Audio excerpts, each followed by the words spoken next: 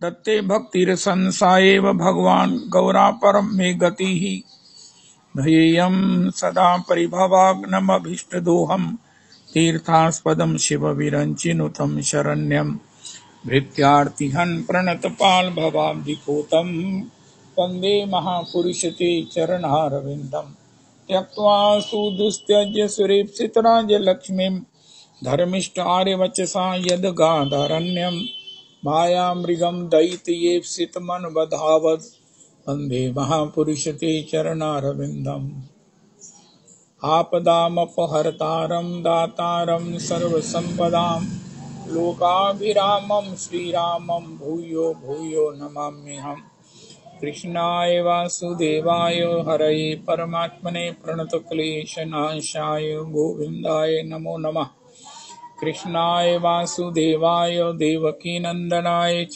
नन्दगोपकुमाराय गोविन्दाय नमो नमः सच्चिदानन्दरूपाय विश्वोत्पत्त्यादिहेतवे तापत्रय विनाशाय श्रीकृष्णाय वयं नमः नमो धर्माय महते नमः कृष्णाय वेदसे ब्राह्मणेभ्यो नमस्कृत्य धर्मान् वक्ष्ये सनातनान् नारायणं नमस्कृत्य नरं चैव नरोत्तमं देवीं सरस्वतीं व्यासं ततो जयमुदीरयेत अज्ञानतिमिरान्धस्य ज्ञानाञ्जनशलाकया चक्षुरुन्मीलितं येन तस्मै श्रीगुरुवे नमः वाञ्छाकल्पतरुभ्यश्च कृपासिन्धुभ्यैव च पतितानां पावनेभ्यो वैष्णवेभ्यो नमो नमः अन्ताय मद्रिर्बला हरिदास वर्यो यद रामकृष्ण चरण स्पर्श प्रमोदा मानं तनोति सह गोगन योस्तयोर्यत् पानीयसूयवस्कन्दर कंदमूलैः कच्चे तुलसी कल्याणी गोविंद चरण प्रिय सह त्वाली कुलैर्बिभ्रद् दृष्टस्तेति प्रियोच्युत हरे कृष्ण कृष्ण कृष्ण हरे हरे हरे राम राम राम हरे हरे हरे कृष्ण कृष्ण कृष्ण हरे हरे हरे राम राम राम हरे हरे। आज श्री वामन द्वादशी विजया महाद्वादशी व्रत मध्याह्न में श्री श्री वामन देव जी का अभिषेक। जय हो वामन द्वादशी की, वामन भगवान के प्रागट्य की सबको कोटि कोटि बधाई है। मेरे को संजीवन लाटी जी ने बताया है, एक महापुरुष बोल रहे थे वामन भगवान का व्रत न करने से सारे व्रत का फल प्राप्त नहीं होता, जितने भी हमने किए हैं सारे व्रतों का फल निष्फल हो जाता है वामन द्वादशी का व्रत न करने से। परमाराध्य गुरुदेव प्रभु ने हमें बताया कि भैया एकादशी कल थी, लेकिन व्रत वामन द्वादशी का आज है। आज व्रत करो, किसी कीमत पर करो, चाहे खोते व कंचर पर व्रत कर, ऐसा पंजाबी बाबा का निर्देश है। द्वारे ठाड़े हैं द्विज वामन, द्वारे ठाड़े हैं द्विज वामन, सुनत वचन हृदय सुख उपजो, भयो कहाँ ते आवन,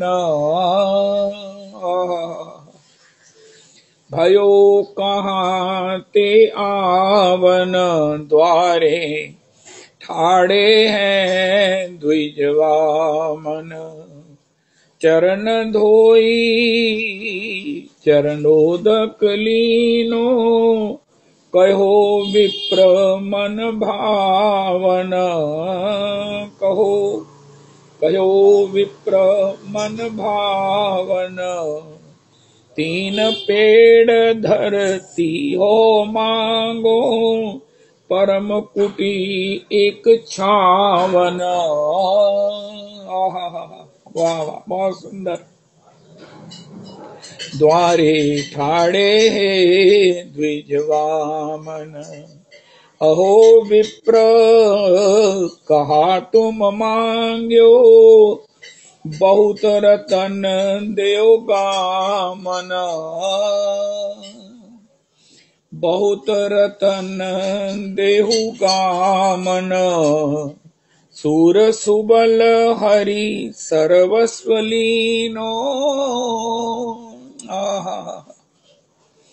सूर सुबल हरि सर्वस्व लीनो, दियो पीठ पग पावन, दियो पीठ पग पावन, द्वारे ठाड़े द्विजवामन, द्वारे ठाड़े द्विजवामन। बहुत सुंदर श्री श्री हम श्री श्री निवासाचार्य जी के और श्री रसिकाचार्यों के चरित्रों का श्रवण कर रहे हैं। बहुत बड़ी गुरुजनों की कृपा है, साधारण नहीं असाधारण कृपा है जो श्री नंद तनुज किंकर जी का रसिकाचार्यों जी के चरित्र में प्रवेश हो गया है। श्री ब्रज के भक्तों में प्रवेश से भी गंभीर प्रवेश है श्री रसिकाचार्यों जी के चरणों में। ये 3-3 बार पाठ करके उसे फॉलो करके अंडरस्टैंड करके गाते हैं। मेरा दावा है कि इसको साधारणता भी कोई पाठ करके समझकर गाने में सक्षम साधारणता नहीं हो सकता है। ये तो अतिशय गुरु कृपा है, अति कृपा है जिसके प्रसादेन आज उन्होंने बड़ी सार्थक बात कही। माता की कृपा है, बड़ी बहन की कृपा है, वो भी मातृ समान है, मामा जी की कृपा है, सबसे बड़ी बात गुरु माता जी की कृपा है। गुरु जी ने इनको अपना पुत्र रूप अडॉप्ट किया।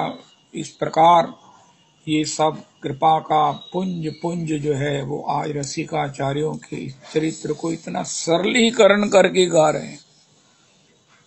आप हम पढ़कर भी इसे फॉलो नहीं कर सकेंगे, प्रणाम कर देंगे। आप ऐसा करो, ग्रंथ ले आओ। मुझे तो वो श्री दुग्गल जी की बेटी ने भेज दिया, मेरे को कहने लगी अंकल जी अपना एड्रेस भेजो। मैंने कहा मैं मना क्या करूं, पता नहीं क्या है। तो इतने में एक सज्जन आए, उनका ये ग्रंथ है। उनका प्रभु जी ये कहाँ से आए? उनका ये आबा दुग्गल जी ने भेजा है, हम हरिनाम प्रेस से आए हैं, उन्होंने पेमेंट करके आपको डिलीवर करने को कहा है। अच्छा, वो ब्रज के रसिकाचार्य ग्रंथ मुझे भी प्राप्त है, लेकिन उसे पढ़ना समझना जल्दी क्या, प्रयास से भी शायद मेरी अपनी ऐसी दुर्बलता है, मैं अपनी असक्षमता को मानता हूँ, ये संभव नहीं है। पहले उसे अनुभव करके फिर उसे गाना, डूब कर गाना, ये बहुत बड़ी कृपा है। कृपा तो इन पर है, लेकिन ये आगे उसे वितरण कर रहे हैं। हमने कल सुना बंशीदासी, भगवान की कृपा वंशी पर है, निरंतर भगवान के इस अधरामृत का पान कर रही है। जिस नारायण हम तो नित्य तरसे, ये भई अधरण की अधिकारी। तो ये प्रसंग अपने आप में अपूर्वतम है। आज श्री वामन द्वादशी श्रीमद् भागवत जी में बड़ी अलौकिक बातें कही गई हैं। 8वें स्कंद में किस प्रकार इंद्र ने बलि का वध कर दिया, इंद्र का राज्य निरापद हो गया, लेकिन भगवान श्री शुक्राचार्य ने गुरु बिना ऐसी कौन करे, माला तिलक मनोहर बानो, माला तिलक मनोहर बानो, ले सिर छत्र धरे, गुरु बिना ऐसी कौन करे। भव सागर में डूबत राखे, भव सागर में डूबत राखे, दीपक हाथ धरे, सूर श्याम गुरु ऐसो समरथ, छिन में ले उभरे गुरु बिना ऐसी कौन करे। गुरु शुक्राचार्य ने, अरे ये गुरुजन भी भगवान का नहीं, किशोरी का स्वभाव लिए हुए प्रकट है। स्वरूप इनका केवल किशोरी की कृपा का, स्वभाव किशोरी कृपा का है। उन्होंने अपनी संजीवनी विद्या के द्वारा बलि को जीवित कर दिया।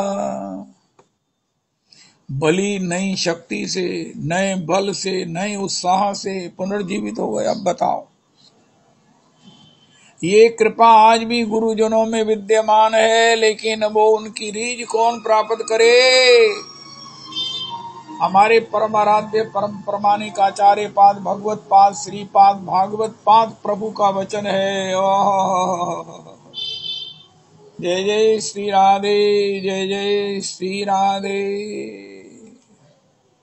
अपनी संजीवनी विद्या के द्वारा उन्होंने बलि को पुनर्जीवित ही नहीं कर दिया, नई शक्ति, नए उत्साह के साथ जो है बलि के द्वारा उन्होंने विश्वजीत नाम का यज्ञ कराया। विश्वजीत, त्रिलोकी को जीतने वाला यज्ञ। सब कुछ करो, ये करो, वो करो, अरे मैं क्या क्या करूं, उनका मैं कुछ नहीं करना चाहता, लेकिन मुझे सब मिल जाए उनका। तुम गुरु की रीझ प्राप्त करो, गुरु की रीझ प्राप्त करो।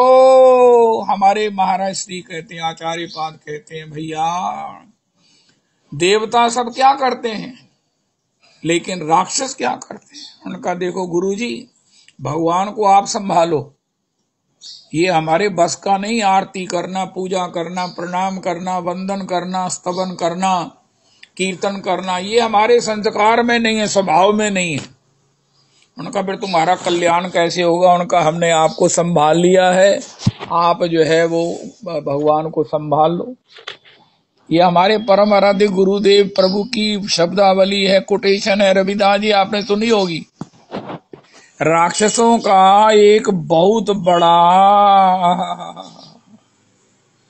वैशिष्ट है, मैं तो ये कहूंगा वैशिष्ट है महाराज, जो हम नहीं कर सकते, हमारे स्वभाव में नहीं है।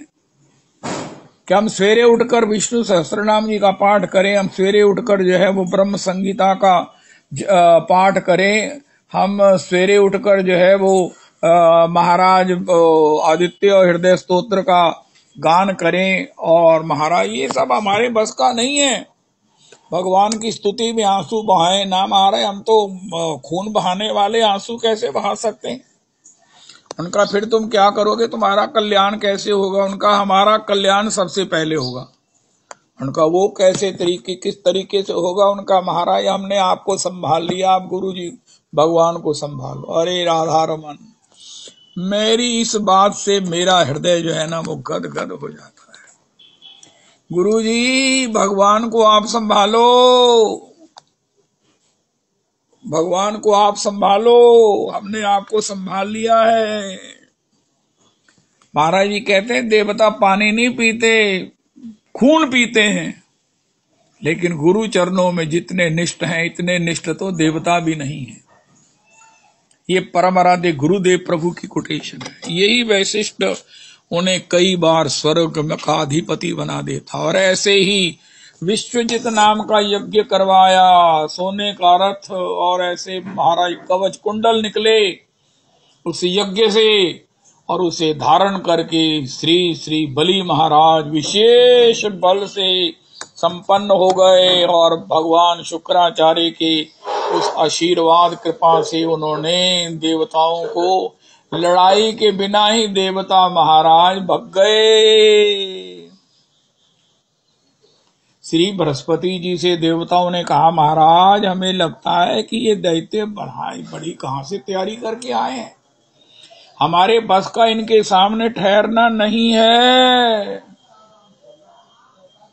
अरे राधा रमन, राधा रमन।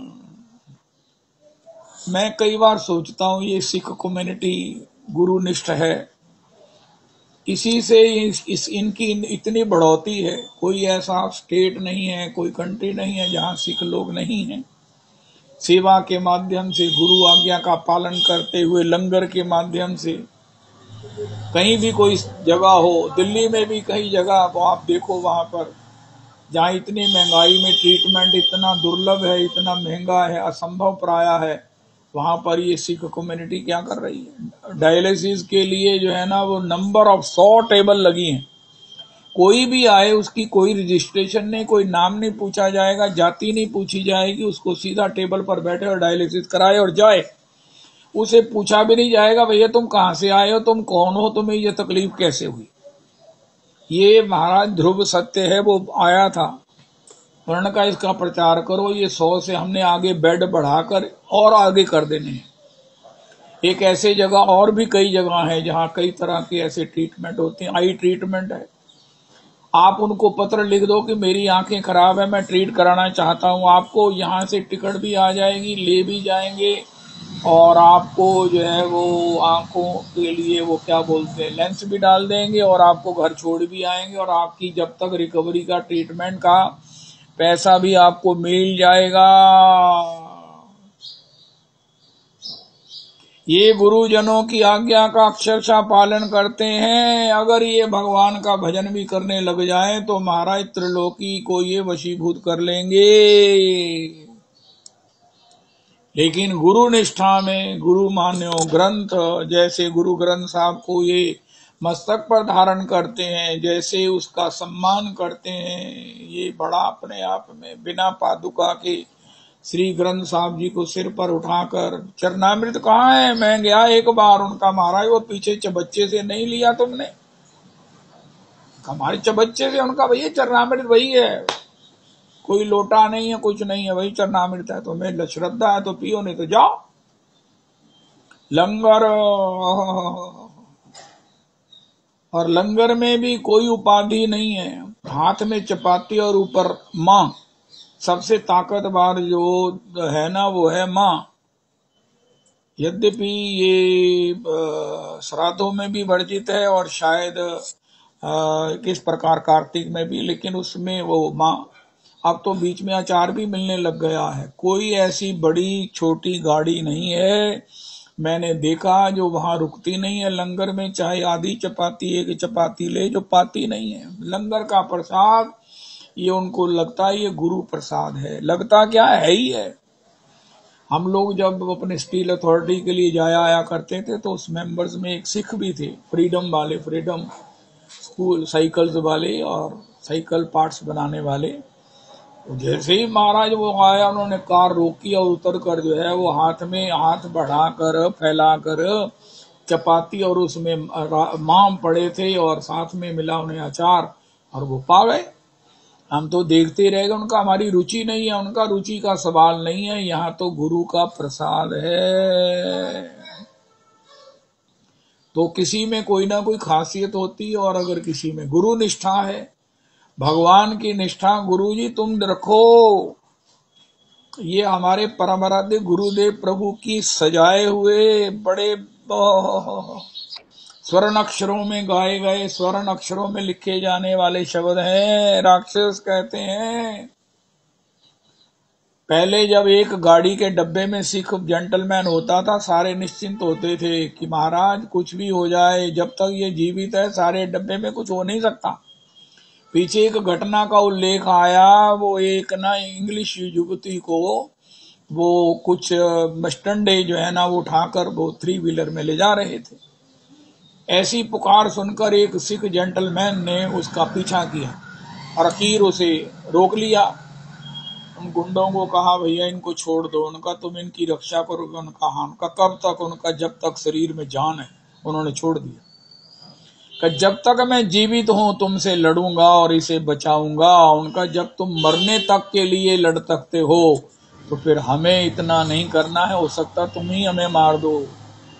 उन्होंने उस युवती को, विदेशी युवती को छोड़ दिया। सब सिखन को हुक्म है गुरु मान्यो ग्रंथ। शुक्राचार्य जी की ऐसी रीज है, भृगुनंदन है शुक्राचार्य जी। भृगुनंदन, भृगु ऋषि सर्वमान्य ऋषि हैं। भृगु मारी लात, उन्हीं के नंदन श्री शुक्राचार्य जी हैं। उनको गुरु बनाकर श्री दैत्य जो है राक्षस दैत्य महाराज वो सब प्रकार से पुनरअपि बृहस्पति जी को कहा महाराज ये सब क्या है, इनको तैयारी कहाँ से आई है, उनका इस समय इनका जो दल बल है तुम जीत नहीं सकते, जाकर कहीं छिप जाओ। जब तुम्हारा अनुकूल समय आएगा उससे पहले ना लड़के कुछ होने वाला है ना कुछ होना, बस जाओ भाग जाओ यहाँ से। देवता स्वर्ग से भग गए भग गए भग गए भग गए। भागवत जी के अष्टम स्कंद के 15वें अध्याय में लिखा है, देवताओं की माता अदिति जी मातृ हृदय है, वो तो बड़ी व्यथित हो गई। अरे मेरे बच्चे लूर लूर फिर रहे हैं, कहाँ ये स्वर्ग के राजा, इतने ऐश्वर्यों के स्वामी, त्रिलोकी का सब प्रकार से शासन करने वाले, व्यवस्थित करने वाले, कहाँ ये महाराज छिपे छिपे डरते डरते जीना जी रहे हैं। कश्यप जी महाराज अपनी समाधि से जैसे ही मुक्त हुए तो वो श्री अदिति जी के लिए गए हैं। तो अदिति जी को उदास देखकर आश्रम का वो सब जो है वो आनंद सब उत्सवमय स्वरूप न देखकर बड़े व्यथित हुए कि ये अदिति ये सब क्या है, ये आश्रम श्रीहीन कैसे हो रहा है। क्या इस आश्रम में आने वाले किसी अतिथि को सम्मान से उसे प्रसन्न नहीं किया गया? क्या कोई अतिथि बिना भोजन के लौट गया? क्या किसी अतिथि को पूरा सम्मान न मिलने से उसको उसके रोष से ये सब हुआ है? और भी कई बातें बताई जिससे ये तेज की हानि होती है। तो श्री अदिति जी ने कहा हे प्रभु ऐसा कुछ नहीं हुआ, लेकिन वो देवताओं ने वो राक्षसों के भय से स्वर्ग छोड़ दिया है, खदेड़ दिए गए हैं, वो इस प्रकार लूर लूर फिर रहे हैं, मुझे बड़ी पीड़ा है। उनका देखो देवी दैत्य इस समय ब्राह्मणों का सम्मान करते हुए इस प्रभुता को प्राप्त किया। भागवत जी का ये प्राण वाक्य है, सानुकूलता पर सब देवा, जो कपट तजी करे द्विज सेवा। भगवान के आराध्य ब्राह्मण देव हैं, नमो ब्रह्मण्य देवाय। ये महाप्रभु जी का जगन्नाथ जी के लिए स्तवन है, नमो ब्रह्मण्य देवाय गो ब्राह्मण हिताय च जगत हिताय कृष्णाय गोविंदाय नमो नमः गो ब्राह्मण हिताय च। ओहो बंदो प्रथम महीसुर चरना, ओ जासु नेम व्रत जाई न बरना। कोई ऐसा नहीं है जो ब्राह्मणों का अनिष्ट करके, ब्राह्मणों का धन हर के, ब्राह्मणों का किसी भी प्रकार से सम्मान न करके वो कोई प्रसन्न रह सकता है। ना उसकी संपत्ति, ना उसका यश और ना उसका तेज, ना उसका वंश, कुछ भी नहीं रह सकता है अगर ब्राह्मण रुष्ट हैं। और अगर ब्राह्मण प्रसन्न है तो आप निश्चित करके जानिए आपका कोई अहित नहीं हो सकता। श्री रामचरितमानस जी का जब कथा शुरू हुई है तो कपट मुनि ने भी बात बिल्कुल सही कही। उस राजा को जिसका राज्य उसने छीन लिया था, आज कपट मुनि बना हुआ उसके बदले की इंतजार में था कि देखो राजा, तुम अगर ये चाहते हो कि तुम अखंड भूमंडल के सम्राट हो जाओ, तुम हमेशा स्वस्थ रहो, तुम्हारा कभी भी ना तो राज्य सुख वंचित हो, ना तुम्हारा शरीर को कोई हानि हो, तो एक काम करो। उनका क्या करूं? उनका ब्राह्मणों को प्रसन्न करो। ये रामचरितमानस जी में लिखा है, कपट मुनि ने चाहे कहा, लेकिन बात बिल्कुल शास्त्रीय है। तो ब्राह्मणों को प्रसन्न करो। अब श्री नहर पर पाटिया जी कहा करते थे, उनका ब्राह्मणों को प्रसन्न करने से कैसे प्रसन्न होते हैं? रीजत पाव मिठाई खाए, खीजत नेक निरादर पाए।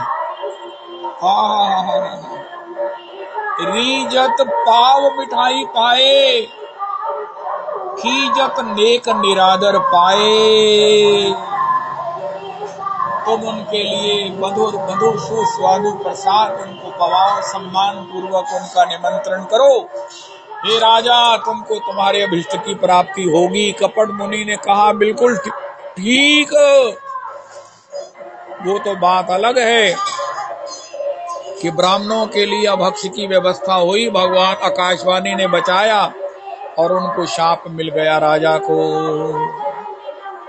तो जीवन में सत्संग का सबसे बड़ा एक लाभ अनंत लाभों में है कि हम विप्र वृंद के ताबे हो जाते हैं, प्रणत हो जाते हैं। कोई ऐसा वैष्णव नहीं होता जो ब्राह्मणों को देकर नतमस्तक नहीं होता, प्रणत नहीं होता, उनका स्तवन नहीं करता है, उनके लिए आसन नहीं देता है, उनके चरणों में सब प्रकार से समर्पित नहीं होता है। ये गुण, ये कला, ये तमीज, ये अकल सत्संग से आती है, वरना संसार में जो हो रहा है उसको तो देखकर भी प्राण कांप जाता है। अरे भैया, यही है जो मात्र प्रणाम करने से इतना आशीर्वाद देंगे कि इतना आशीर्वाद आप संभाल भी नहीं सकेंगे। आशीर्वाद की झड़ी लग जाएगी, बरसात हो जाएगी केवल मात्र प्रणाम करने से। ओह, केवल मात्र आदर करने से। हे प्रभु, हे प्रभु, हे प्रभु। बाकी ये जो इसके विपरीत आचरण है, श्री रघुगण ने भी कहा, यद्यपि वो इतने अहंकारी हैं कि मैं किसी से नहीं डरता, लेकिन एक निरपराध ब्राह्मण के अपराध से डरता हूँ। मुझे भगवान की उस महाराज कौमुदी गदा से भय नहीं है, शिव के त्रिशूल से भय नहीं है, लेकिन मैं एक निरपराध ब्राह्मण के अपराध से बड़ा डरता हूँ। क्या आप वही तो नहीं है? क्या जिनके सत्संग में मैं जा रहा हूँ आप भगवान कपिल तो नहीं है? इस प्रकार रघुगण ने भी कहा। सारी पीढ़ियां, पीढ़ी दर पीढ़ी जो है वो नष्ट हो जाती है। रोते रोने के सिवा जीवन में कुछ हाथ नहीं लगता। लेकिन अगर जीवन में कहीं ब्राह्मण का धन हर लिया, ओ हो, बंधु जी के पाईवाल रहे राममूर्ति जी, उन्होंने पार्टनरशिप रखी हुई थी गोवर्धननाथ जी के मंदिर की। पहली तारीख को जितना शेयर बनता था ना, उससे ज्यादा कई और बनाकर देते थे। कहीं हिसाब में कोई 2-4% की गलती न लगी हो और एक पैसा भी अगर रह गया मंदिर का, विप्र वृंद का, तो ये सब हमें नष्ट कर देगा। ये उनकी खूबी है, खूबी। ओहो हो, बहुत सुंदर। तो जीवन में जैसे भी बने ब्राह्मण सब विप्र पद सेवा, पुण्य एक नहीं दूजा, कपट तजी करे दूज सेवा, सानुकूल तापर सब देवा।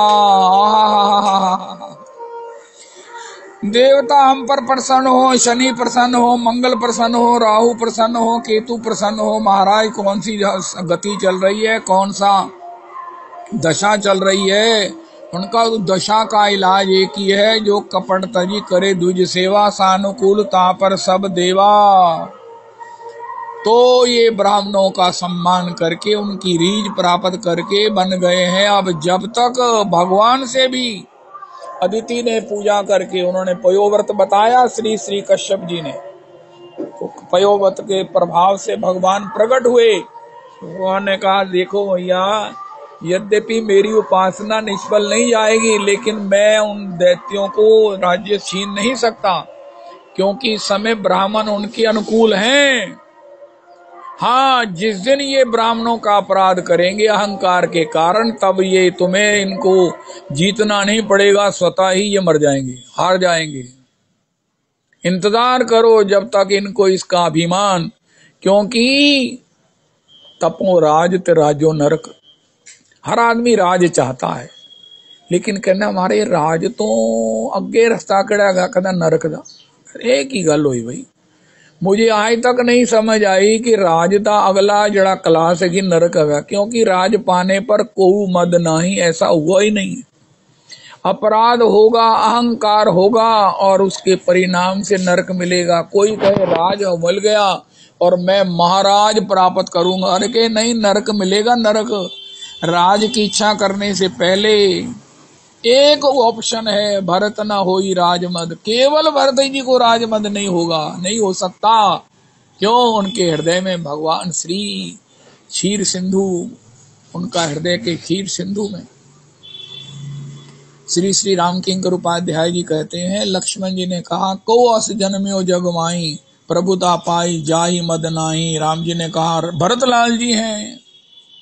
तुम कहते हो को है, वो भरत जी हैं। भरत न होई राज मद विधि हरि हर पद पाए, कबो की कांजी सीकरन खीर सिंधु बिलगाए। क्यों? भरत जी के हृदय के सिंधु में भगवान श्री शेषशाही, भगवान गर्भोदशाही, भगवान कारण समुद्रशाही श्री सीताराम जी विराजते हैं। भरत जी का जो है ना मद साधारण मद नहीं है, लेकिन इसके बिना कोई ये कहे कि मुझे ये मिल जाए वो मिल जाए तो उसकी अगली क्लास को हम नहीं सुनते हैं। मैं अखंड पृथ्वी का सम्राट हो जाऊं, मैं सबसे बड़ा धनी हो जाऊं, मैं सबसे बड़ा सुंदर हो जाऊं, मैं सबसे बड़ा, मेरा रोब तोब हो जाए। नारद जी से पूछा, महाराज आप इस प्रकार दासी पुत्र क्यों बन गए? उनका, मैं गंधर्व था, हा हा हूँ नाम का गंधर्व। ब्रह्मा जी की सभा में मेरा भी निमंत्रण हुआ, मैं भी महाराज नर्तकियों के साथ, चेलाओं के साथ वहां गया। मैंने कहा, उन्होंने कहा, हे असभ्य, हे अहंकारी, ये तुम महाराज जाओ दासी पुत्र हो जाओ। नारद जी कहते हैं, मेरी सिट्टी बिट्टी गुम हो गई। गंधर्व बनना, गंधर्व बड़े सुंदर होते हैं, इनका गायन बड़ा सुंदर होता है, इनके दुनिया इनके पीछे लग जाती है, लेकिन अपराध तो हो ना हो ये हो नहीं सकता। सभा ब्रह्मा जी की, निमंत्रण ब्रह्मा जी का। श्री नारद जी कहते हैं, मुझे गर्व हो गया और मैं महाराज अपने उठने बैठने में, प्रणाम करने में भी ऐसा महाराज ऐसा स्टाइलिश प्रणाम किया कि लोग मुझे देखें, लेकिन जिनको प्रणाम किया वो तो रुष्ट हो गए। इसलिए प्रभुता की इच्छा करने से पहले एक बात नोट कर लो कि अगली जड़ी सड़क है ना खराब है, उसे बोर्ड नहीं लगा है आगे सड़क खराब है, कृपया आगे ना जाएं। महाराज वो क्या हुआ है, चट्टानें फिसल गई हैं, मरने का भय है। अरे मरने से भी ज्यादा नरक का भय है। राजो नरक, राजो नरक।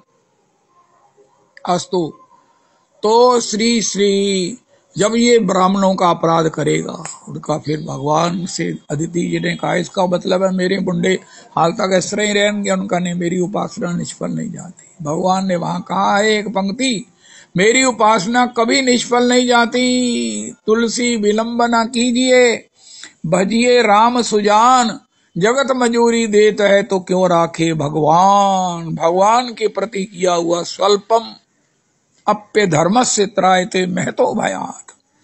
मेरा एक बार किया हुआ कृष्ण नाम भी जन्म मरण के महान संकट से बचाने वाला है। स्वल्प अल्प का भी अल्प मेरे प्रति मुझे किया हुआ प्रणाम, मेरे भक्त को किया हुआ सम्मान, दिया हुआ सम्मान, ब्राह्मण को कराया हुआ सुस्वादु भोजन, भगवान कहते हैं मेरी जिह्वा से नहीं, ब्राह्मण की जिह्वा से मैं तुम्हारे द्वारा निवेदित मधुरतम खीर का सेवन करता हूँ, आनंदित होता हूँ। जिनके घर में ब्राह्मण देवता जीमते हैं और अग्नि में आहुति दी जाती है, उनमें सभी सुख, सारी शांति निवास करती है। उनके जीवन में कभी धन का, किसी भी पदार्थ का अभाव नहीं रहता। विनोद जी के घर में मैं बॉम्बे गया तो उस समय पॉसिबल अमावस्या थी, तो मैंने कहा महाराज अभी तक कुछ सवेरे से इन्होंने ना मुझे पानी पूछा ना चाय पूछी। तब उन्होंने बताया विप्रदेव आ रहे हैं, अमावस्या को आते हैं, हर अमावस्या को आते हैं, वो पहले जीवेंगे ठाकुर जी का भोग प्रसाद तो फिर आपको मिलेगा, आप अतिथि हो, लेकिन ब्राह्मण देवता के आगमन के बाद आपकी पूजा होगी। अब देखो ब्राह्मणों के आशीर्वाद से कैसे गायक बने, कैसे ठाकुर जी के शरणागत हुए, पैसे पाई की भी कमी नहीं रही। अमावस्या को बड़े बड़े लोग, अमावस्या को यहाँ सारा ब्रजमंडल के जितने भी देहाती लोग हैं बिहारी जी के दर्शन को आते हैं। सैटरडे संडे तो रश रहता है और एक अमावस्या को इतना भयंकर रश रहता है, कोई परिवार नहीं रहता जो बिहारी जी को प्रणाम करने नहीं आता।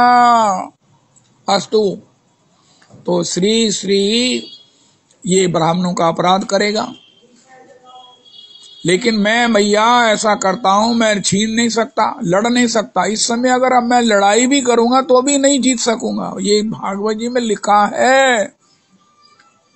सिर मुंह चुक्के मारे लड़ने चले जाते हैं, क्या करें? उनका कुछ नहीं करो, मैं याचना करके भिक्षा कर लेता हूं, याचना कर लेता हूं, तुमको राज्य मिलेगा, लेकिन मैं अपनी प्रतिष्ठा भी अपने सेवक, अपने भक्त, अपने भृत्य के आगे समर्पित कर देता हूं। वो ना प्रेमी हो सकता है, ना प्रेमास्पद हो सकता है, जो अपनी प्रतिष्ठा का पावड़ा अपने प्रियतम के चरणों में ना बिछा दे। ये हमारे परम आराध्य गुरुदेव प्रभु की अंतरंगतम अन्यतम कोटेशन है। मैं भगवान से प्रेम करता हूं, उनका अपनी प्रतिष्ठा का पावड़ा तो पहले बिछाओ, दंडवत करो, उत्तरीय उतार कर भगवान के लिए।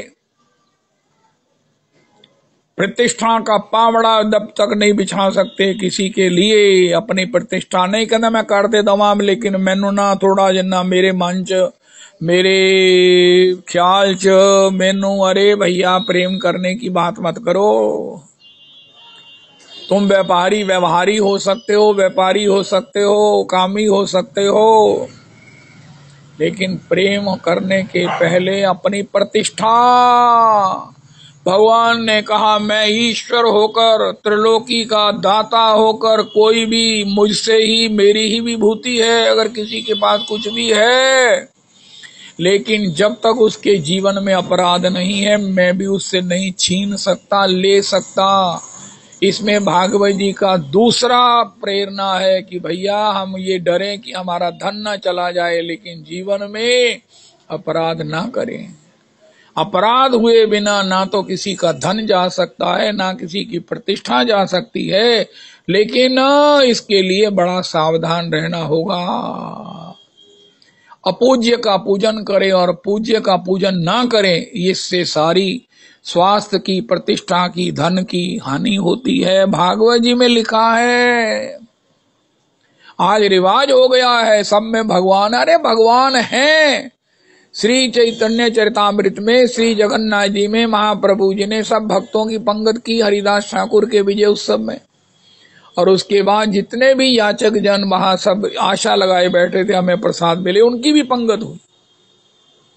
लेकिन उनके साथ पंगत हो जाए ये तो अनुकूल नहीं रहेगा, उनकी पंगत ना हो ये भी कहीं नहीं कहा गया है। तो इसलिए हर चीज को, सास को सास की जगह, पत्नी को पत्नी की जगह, माता को माता की जगह अगर रखा जाए तो समन्वय बनाना ये हमारा धर्म है।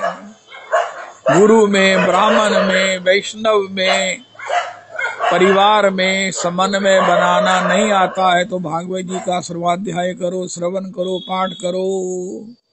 भागवत जी में, रामचरितमानस जी में, सब में इस समन्वय की शिक्षा दी गई है।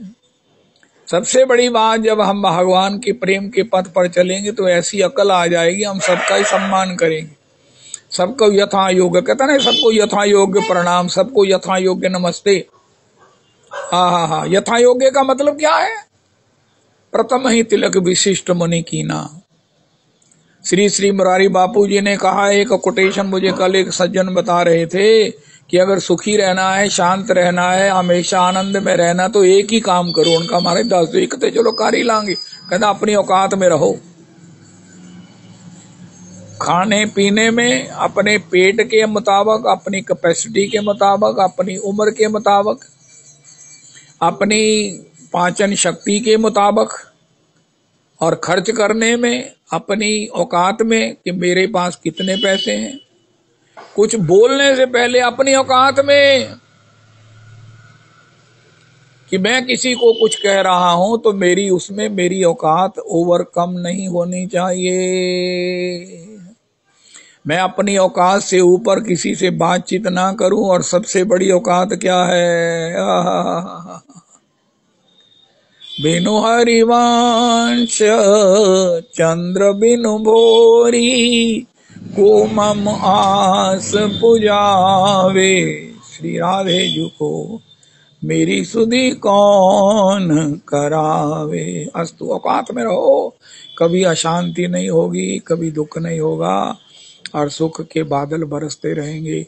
जब हम अपनी औकात से ऊपर कोई दड़ा लगा दिया, कोई व्यापार कर लिया, महाराज ओवर ड्राफ्टिंग कर ली, बैंक का इतना लोन ले लिया, ओहो, तो फिर क्या होगा परिणाम? कभी भी दुर्घटनाग्रस्त हो सकते हैं। औकात में ये बापूजी बताया। 60 साल हो गए उनको भगवत कथा करते हुए, 1000 वो कथा कर चुके हैं, 3-3 घंटे की करते हैं। अस्तु, तो श्री जब तक ये भृगुवंशियों का अपमान नहीं करेगा, भगवान गए बांगने।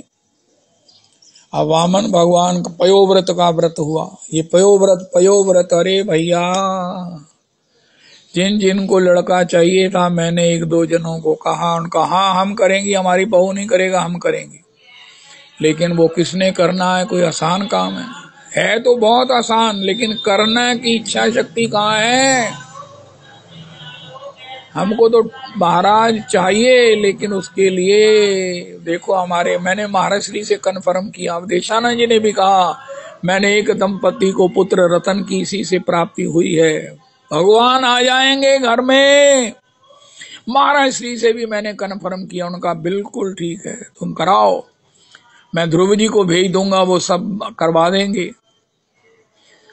लेकिन तब तक मैंने पूछा उस दंपति से, बोलता हमने अडॉप्ट कर लिया है। ठीक है, जैसे प्रभु की इच्छा है। तो ये पयोव्रत देवी, तुम इसका अगर पालन करोगी, हा हा हा हा हा हा, तो तुम्हें भगवान की प्राप्ति होगी, पुत्र रूप में भगवान की प्राप्ति। मुझे सर्वगुण संपन्न पुत्र चाहिए, उनका भगवान मिल जाए तो क्या ख्याल है? उनका वाह, सर्वगुण संपन्नता की पूर्णता हो जाएगी। तो पयोज व्रत किया, व्रत की पूर्णता पर भगवान प्रकट हुए।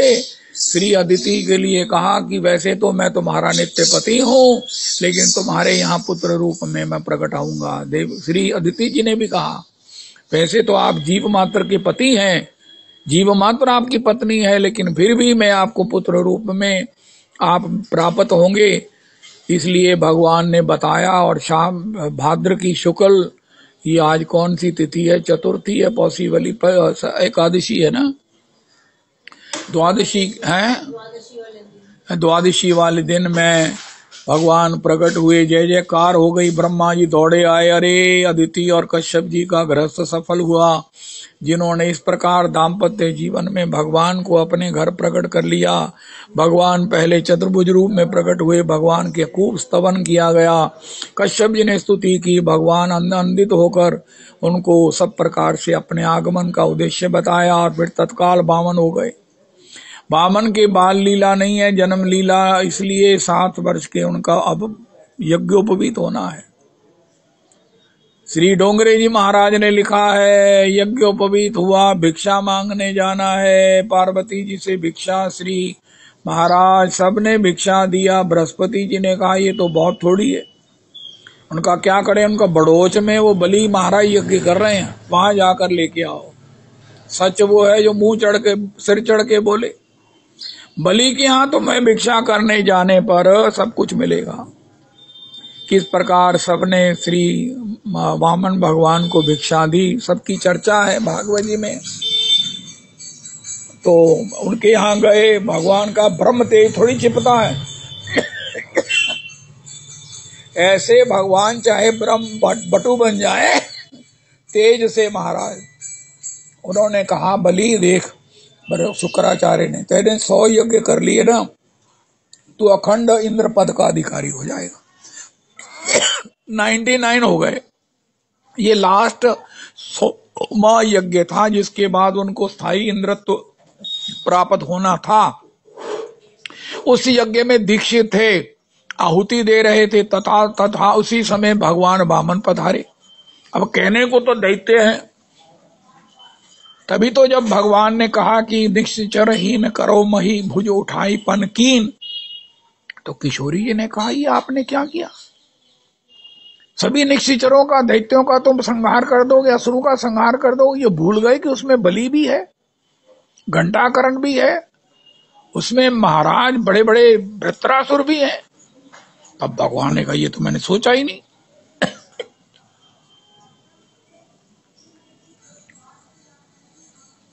100वें यज्ञ में दीक्षित हैं। अगर महाराज आपने आहुति ना दी, उठ गए तो यज्ञ निष्फल हो जाएगा। ये लास्ट यज्ञ है, बस एडो धोबक उठ के कर लो। बलि ने कहा मुझे साक्षात यज्ञ पुरुष आते दिख रहे हैं। ऋतुजों के, गुरुजनों के कहने पर भी बलि ने प्रणाम पूर्वक उनसे आज्ञा ली और महाराज चले भगवान को दंडोत करते हुए। ओहो, डोंगरे जी कहते हैं विशिष्ट जनों को दौड़कर उनका आगवानी करनी चाहिए। प्रणाम करो, माल्य अर्पण करो। पुनरपि महाराज स्वस्ति वाचन करते हुए उनको अपने निज घर पधराओ, फिर प्रणाम करो, फिर माल्य अर्पण करो, तिलक लगाओ और चरणों में बैठकर अपनी हृदयगत भावना से उनकी स्तुति करो। जो ऐसा करता है उसे सब कुछ प्राप्त होता है। श्री बलि दौड़े महाराज दंडौत करते हुए, गिरते उड़ते इतने आनंदित हुए। भगवान ने कहा है तो ये दैत्य, लेकिन ऐसा तो देवताओं ने भी कभी नहीं किया। देवताओं तो दूर से ही सल्यूट करते हैं, मत्था टेकने आ, हेलो, हाय। मैं देवताओं का अपमान नहीं कर रहा हूं, मैं अपनी दुर्दशा बता रहा हूं। तो भगवान ने कहा ये तो बड़ा, अब मैं कैसे इसको छलूंगा। लेकिन मैंने छलना थोड़ी है, मैंने तो इसको वो देना है जो इसके पूर्वजों को भी कभी प्राप्त नहीं हुआ। मेरे छल में भी बड़ी कृपा है। सब प्रकार से चरण धोए, हाय हाय हाय हाय हाय हाय, छोटे छोटे चरण, सुंदर चरण, सुकोमल चरण धोते हुए बलि महाराज आनंद से सरोभोर हो रहे हैं। सिंहासनासीन किया, चरण धोई, जलपान करी आप सहित परिवार। श्री श्री चरणों में बैठकर कहने लगे महाराज मुझे ऐसा लगता है कि आप कुछ चाहते हैं। तो कोई बात नहीं, मैं बलि त्रिलोकी का राजा हूं महाराज, मुझसे कुछ भी मांग लीजिए। भगवान ने कहा हम उनका महाराज सब कुछ मांग लीजिए, मैं आपको सब कुछ दे सकता हूं। उनका थोड़ा धैर्य रखो भैया, मैं पहले भूमिका बना लूं सब कुछ लेने की। तुम्हारे महाराज पूर्वजों में कभी किसी को मनाही नहीं की गई है। विरोचन तुम्हारे पुत्र ने, तुम्हारे पिता ने तो ब्राह्मण को अपनी आयु दे दी। उसने कहा मेरी महाराज मेरी आयु खत्म होने जा रही, मेरी पत्नी विधवा हो जाएगी, उनका फिर मैं क्या करूं, उनका अपनी आयु मुझे दे दो, उनका ले लो। बलि अखिल भूमंडल के सम्राट है, अपनी आयु दे दी उस ब्राह्मण को। हे मेरे भगवान, हे मेरे भगवान। कल श्री श्री इंद्रेश जी एक कथा कह रहे थे, उनका भगवान एक कहना भगवान की रीझ की भी कोई हिसाब नहीं है। कंजूस पर रीझ गए। एक कंजूस था तो वो अरबपति, बड़ा कारोबार था। भगवान ने उस पर कृपा करने की सोची। उसकी पत्नी भक्त थी, तो भगवान ने कृपा करने की सोची। वो उसके यहाँ चले गए ब्राह्मण के रूप में। अरे भैया देखो सेठ जी, हमारे पुत्र का यज्ञोपवीत, हमें कुछ धन दे दो। अब सेठ जी ने कहा ये क्या मुसीबत आ गई महाराज। उनका प्रभु जी कल आना। कल कल करते हफ्ता बीत गया। फिर उन्होंने अपने भृत्यों को कह दिया, उनको कहो सेठ जी महीने के लिए बाहर चले गए। कहा ठीक है महीने बाद आ जाएंगे। फिर 2 महीने के लिए चले गए, आखिर 6 महीने के लिए सेठ जी चले गए। 6 महीने बाद भगवान आ गए। उनका ये तो छोड़ने वाला नहीं है, क्या करें क्या करें। आखिर उन्होंने क्या किया, जितने खोटे सिक्के थे ना, पहले सफेद होते थे, पहले कई लोग खोटे होते थे, उसकी 2 थैलियां बनाई और कहा ये लो। भगवान ने ले लिया। ठीक है माई बाप खूब आशीर्वाद देते हुए चले गए। और चले गए आप उनकी पत्नी के घर। उनके घर गए, उनकी पत्नी को कहा देखो ये तुम्हारे सेठ जी ने मुझे ना चलने वाले खोटे सिक्के दिए, अब मेरे पुत्र का यज्ञोपवीत कैसे होगा। इंद्रेश महाराज सुना रहे हैं, उसने ना अपनी मायके से लाई हुई एक बेशकीमती नथ दे दी उनको, जो अंदर उसके पास उसके लॉकर में रखी थी, उसने दे दी। उनका महाराज ये मेरी है ना, इस पर ये गुस्सा नहीं कर सकते हैं, तो उन्होंने दे दी। तो वो भगवान वो नथ लेकर चले गए सेठ जी के पास। सेठ जी ने कहा अब क्या लेने आए हो। उनका महाराज मैं नथ गिरवी रखने आया हूं। अरे ये तो नथ मेरी पत्नी की है, कि यहाँ कैसे आई। तुम्हारे पास कैसे आई। उनका तुम्हें क्या मतलब है, इसके बदले कुछ दे सकते हो दे दो, थोड़ा सा पैसा उधार।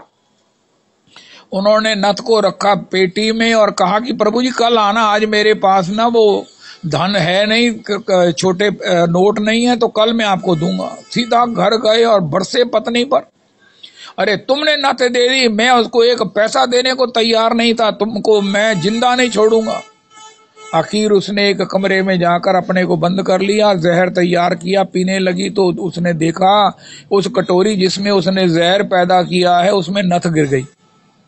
टन की आवाज है, अरे ये क्या, ये तो नथ है, अरे ये कैसी आ गई? आ गई तो आ गई। धो धो के उसने पति को कहा ये लो नथ। पति ने कहा ये नथ कहां से आ गई, मैंने तो पेटी में बंद की थी। तब उसे होश आया, अरे भैया, गया दुकान पर, वहां नथ थी नहीं। तब उसे भगवान की लीला का समझ आ गई कि ये 6 महीना से मैं कहता था कल उनका, अच्छा प्रभु कल आ जाऊंगा। 6 महीने बाद, अच्छा प्रभु आपने मुझे कहा था मैं आ गया हूं, आज आप कुछ दे दे तो मेरे बेटे का यज्ञोपवीत हो जाए।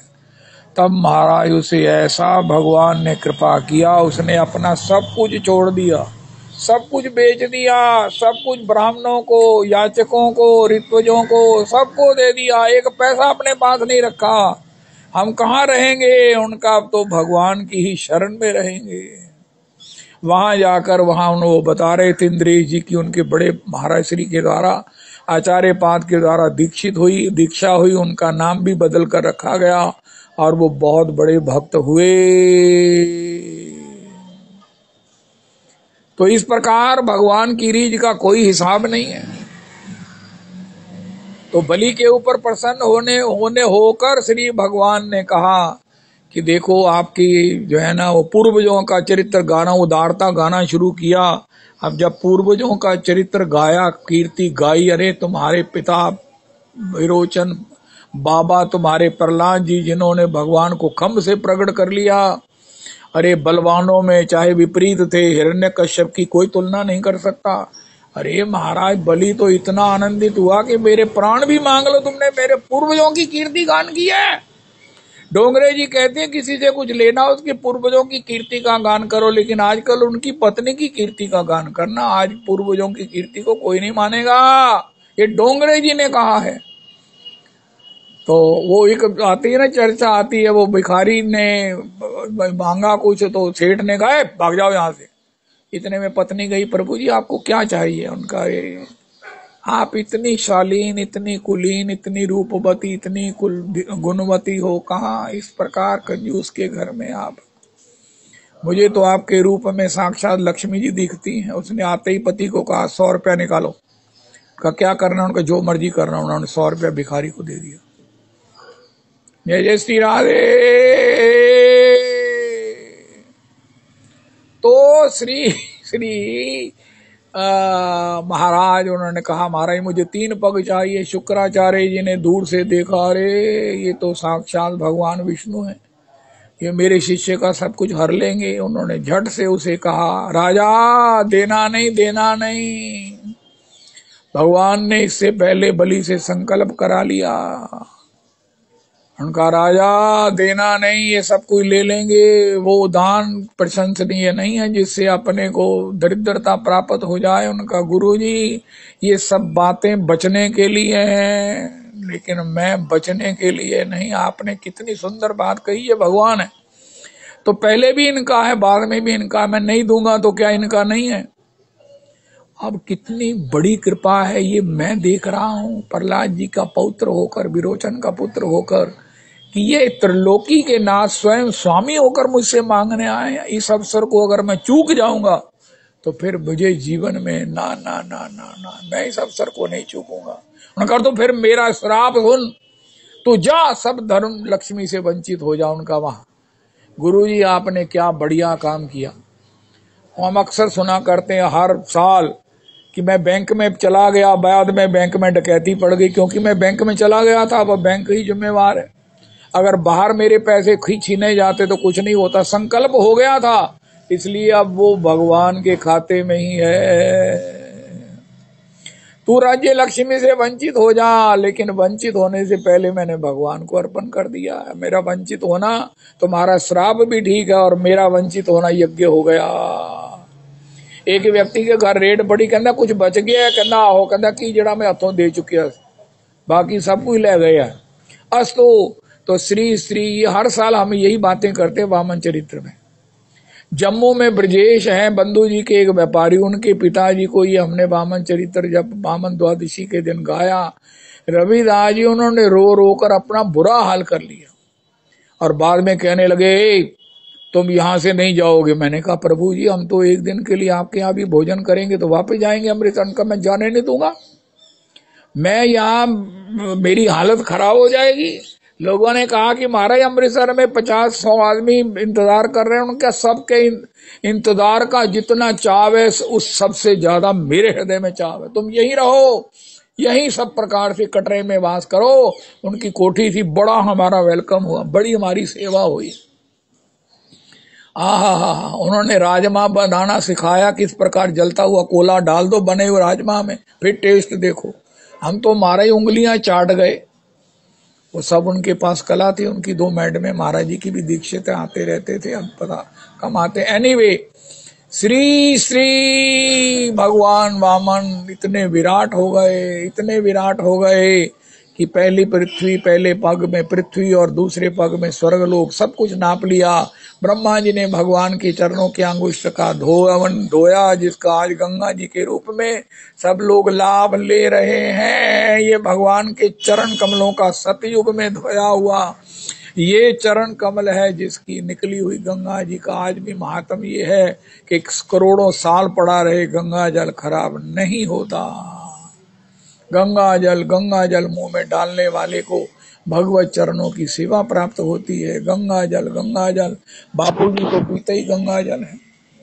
जब 1-2 बार जाना मिला गंगा जल में, महाराज वो ट्रक में बड़े बड़े महाराज वो ड्रम लोड हो रहे हैं। मैंने कहा ये बापू जी जहाँ कथा करते हैं वहां के लिए जा रहे हैं, वो उसी से नहाते हैं, उसी का भोजन पाते हैं, उसी को पीते हैं। तो इस प्रकार श्री श्री ब्रह्म भगवान ने कहा तीसरा पग कहाँ रखूं। प्रहलाद जी भी आ गए। अब बलि तो कोई चिंतित नहीं है। भगवान ने कहा बांधो इसे, बांधो इसे, बांधो नागपाश में, बांधो पताल में गिरा दो। लेकिन बड़ी हैरानगी, अरे भैया तुम्हें कोई चिंता नहीं है, उनका तीसरा पग मेरे मस्तक पर रखो। जब तक जीव का अभिमान नहीं नपेगा, कोई जीव के मस्तक पर आपका चरण नहीं होगा, उसे अकल नहीं आएगी कि आपके चरणों में प्रणिपात होना है। तू दयाल दीन हो, तब तक सब कुछ किया कराया व्यर्थ है, व्यर्थ है। तो तीसरा चरण मेरे मस्तक पर रखो ताकि मुझे आपके चरणों में दीन होकर प्रणत होने का सौभाग्य प्राप्त हो। इस प्रकार कृपा किया भगवान ने, वामन ने श्री श्री श्री बलि जी के ऊपर। इस प्रकार की कृपा देकर सुमन बरसा रहे हैं देवता। यही समन पुण्य पुंज कहू नाही। हरे कृष्ण कृष्ण कृष्ण हरे हरे, हरे राम राम राम हरे हरे, हरे कृष्ण कृष्ण कृष्ण हरे हरे, हरे राम राम राम हरे हरे। श्री श्री रविनंदिनी दासी जी की जय हो।